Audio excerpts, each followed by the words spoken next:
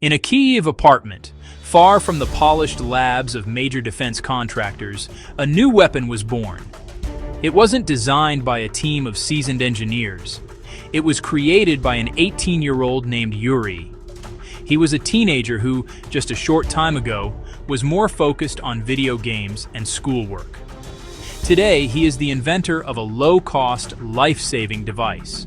His invention is a special shotgun round. It doesn't fire pellets, it fires a net. This net is designed to ensnare and disable the small, deadly Russian drones that have come to define so much of the fighting in Ukraine. It is a simple idea, built with a 3D printer and raw ingenuity. The story sounds improbable. A teenager, armed with YouTube tutorials and a desire to help, outmaneuvering a multi-billion-dollar arms race. But this is the reality of the war in Ukraine, now in its fourth year. Innovation doesn't just come from the top down. It bubbles up from the trenches, from basements, from the minds of young people who have grown up with the sounds of air raid sirens. Yuri's invention is not a silver bullet. It is, however, a potent symbol of Ukrainian resilience. It shows how simple, adaptable solutions can make a real difference on a complex and unforgiving battlefield. Soldiers on the front lines are already using Yuri's creation. The feedback has been overwhelmingly positive. In the close quarters combat of trench warfare, where a buzzing FPV drone can mean instant death, a reliable, close-range defense is critical. When Russia launched its full-scale invasion in February 2022, the conflict looked more conventional. But Ukraine quickly pioneered the widespread use of unmanned systems. Small, commercially available drones, adapted for reconnaissance and for attack. Fast forward to today, the battlefield is almost unrecognizable. Large-scale armored assaults are now rare. The sky is saturated with drones. Cheap FPV drones, costing only a few $100s each, have become the dominant threat. They hunt tanks, supply trucks, artillery positions, and individual soldiers. Drones are now responsible for an estimated 60 to 70% of combat casualties. EW counters many drones, but fiber optic guided systems are immune to jamming. Far from the front, nightly swarms target cities and infrastructure. Advanced air defense is effective but extraordinarily expensive. Using multi-million-dollar missiles against cheaper drones is not sustainable. Worse, decoys deplete precious interceptors. This is where Yuri's invention fits in. An anti-drone net round for a standard 12-gauge shotgun. The round is built from readily available materials. Its core component is a 3D printed canister, or sabot, which houses the payload and allows for rapid, decentralized production. Inside is a carefully folded net of high-tensile polymer fiber, with small steel weights attached to its corners. This simple construction keeps the cost exceptionally low, just a few dollars per round. It transforms a common infantry weapon into a specialized and affordable anti-drone tool. The mechanics are ingeniously simple. Upon firing, a standard shotgun charge propels the projectile from the barrel. The 3D printed canister protects the net assembly during launch, then separates after traveling a safe distance. As the canister falls away, the weighted corners of the net are flung outwards by centrifugal force, acting like bolas to rapidly unfurl the payload. The net spreads to roughly 2 meters in diameter, creating a wide area of effect to ensnare its target. The entire sequence is a feat of low-tech mechanical precision. The primary goal is entanglement, not destruction. The fine, strong fibers are designed to be drawn into a drone's propellers, which is often safer in close quarters than a kinetic impact. Once fouled, the drone immediately loses stability and tumbles from the sky. Extensive validation has proven its effectiveness within a 10 to 60 meter range. Testing involved static rigs to measure spread patterns and live fire against moving targets to account for wind and various engagement angles, with design iterations focused on reliability and mitigating misfires. Because most units already have shotguns, specialized training to use the simple rounds takes minutes. Operators learn to lead a moving aerial target, and safety is reinforced through color-coded training rounds. Users are also briefed on backstop considerations, as the weights continue to travel after deployment. No dedicated operator or heavy logistics are required. The rounds can be widely distributed as personal protection, empowering the individual soldier. In a war measured in seconds and meters, it addresses the threat at the most immediate level, and that can make all the difference. Yuri's story began in 2023 in Kyiv's Shulyavka, a district scarred by the war's early fighting. Like many teenagers, his world was upended. The familiar rhythms of life were gone, replaced by the constant hum of a nation at war.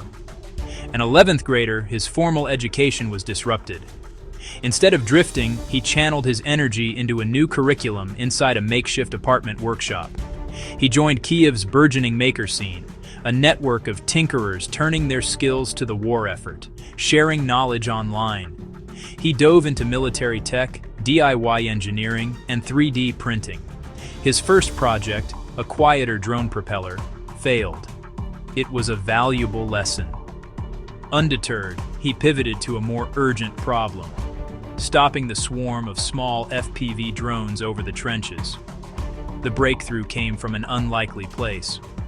While gaming with a friend who knew ammo, the conversation shifted from the virtual battlefield to the real one. The idea sparked, not an explosion, but an entanglement. A net round, fired from a common weapon, to physically capture a drone. They built a grenade launcher version first, a 3D printed prototype. But the concept ran into a wall of military bureaucracy that stalled tests, a frustrating delay when time was critical. Then came an introduction to the 3rd Assault Brigade, a unit renowned for its innovation. When Yuri presented his prototype, the officer reacted with amused surprise. Ukrainian children, of course, he quipped. His feedback was crucial.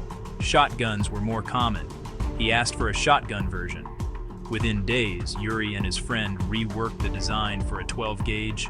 Samples were delivered directly to the unit, a rapid feedback loop replacing slow procurement. After weeks of tense silence, the message that changed everything arrived. It works. The message was followed by an order for 100 rounds for combat testing. Soon after, a Special Forces unit reported a Mavic downed at 50 meters, and 2 FPVs stopped before they could reach their targets. Success brought a profound, sobering weight. This was no longer a theoretical exercise. A misfire could be fatal. The gravity of the situation settled upon him. If something goes wrong, a person could be killed, Yuri realized. The teenager from Kyiv was now a weapons developer, grappling with the responsibility. Countering the drone threat isn't about one silver bullet. It's a layered kill chain. It begins with detection and identification, spotting a threat and confirming it's hostile. At the top are sophisticated systems like Patriot and Iris-T, used sparingly for big threats. Below that, radar-guided autocannons fire proximity and airburst rounds to shield high-value assets. The next layer is electronic warfare. Jammers can sever a drone's control link, but EW is not foolproof. Fiber optic drones ignore radio jamming, and others use frequency hopping to slip through. So kinetic tools, like fragmentation rifle rounds and Yuri's net, remain essential. The net fills a critical gap, a last-ditch close-range defense for the individual soldier, offering precision with low collateral damage by entangling a drone rather than destroying it. Handheld launchers add portable close-range defense, but they require skill. Soldiers learn to lead a moving target like a skeet shooter and drill on rules of engagement, knowing when this tool is the right choice. There's no single magic weapon. The best defense combines tools, and its strength lies in the people wielding them. Across Ukraine, a generation refuses to stand aside. They are students and engineers turned wartime innovators. They learn fast, build faster, and iterate hardest, forging their skills under extreme pressure. Yuri studies, prototypes, and trains, trying to do all three. It's a relentless cycle of theory, application, and feedback from the front. "I am not afraid to die, but I want to be useful first," he says. His words reflect a pragmatic resolve where personal safety is secondary to collective defense. They fight to protect homes, families, and their country's future. His work has saved lives and given frontline defenders tangible hope against a constant threat. Now, the challenge is to formalize production, ensure safety and reliability, and scale. This means creating jigs for consistency and implementing rigorous quality control. Grants and partnerships can get these rounds into soldiers' hands, navigating bureaucracy to get tools where they're needed most. Modern warfare isn't only about billion-dollar systems. It's about adaptability, speed, and low-cost solutions to deadly problems. It's a war of economics, where individual ingenuity becomes one of the most powerful weapons of all.